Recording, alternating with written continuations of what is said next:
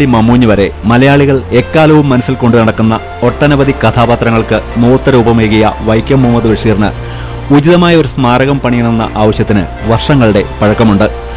കഴിഞ്ഞ LDF സർക്കാർ ഇതിനായി 50 ലക്ഷം രൂപ നീക്കിവെച്ചിരുന്നെങ്കിലും സ്മാരക നിർമ്മാണം മാത്രം ഇതുവരെയും ആരംഭിച്ചിട്ടില്ല. ബഷീർ കൃതികൾ വായിച്ച് അദ്ദേഹത്തെക്കുറിച്ച് കൂടുതൽ അറിയാൻ താൽപര്യപ്പെടുന്നവർക്ക് ഉപകാരപ്രദമാകുന്ന ഒരു മ്യൂസിയവും ഗവേഷണ കേന്ദ്രവും ഒരുക്കുകയെന്നതാണ് ബഷീറിന്റെ കുടുംബാംഗങ്ങളുടെ ആഗ്രഹം.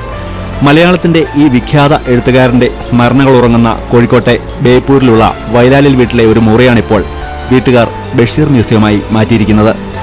ബഷീർ കഥകളിലൂടെ പ്രസിദ്ധമായ ചാരുകസേരയും കുറുക്കനെ എറിയാൻ ഉപയോഗിച്ച താമ്രപത്രവും മംഗോസ്റ്റിൻ മരവുമെല്ലാം ഇവിടെയുണ്ട്. ഒപ്പം സുൽത്താന്റെ പ്രിയപത്നി ഫാബിയും. വിവിധ ഭാഷകളിലെ അറിയപ്പെടുന്ന സാഹിത്യകാരന്മാർ മുതൽ വിദ്യാർത്ഥികൾ വരെ നിരവധി പേർ അക്ഷരങ്ങൾ കൊണ്ട് ഇന്ദ്രജാലം സൃഷ്ടിച്ച മലയാളത്തിന്റെ ഈ സുൽത്താനെക്കുറിച്ച് കൂടുതൽ അറിയാനായി ഇവിടെ എത്താറുണ്ട്. അവരുടെയെല്ലാം വലിയ ഒരാഗ്രഹമാണ് ബഷീർ മ്യൂസിയം.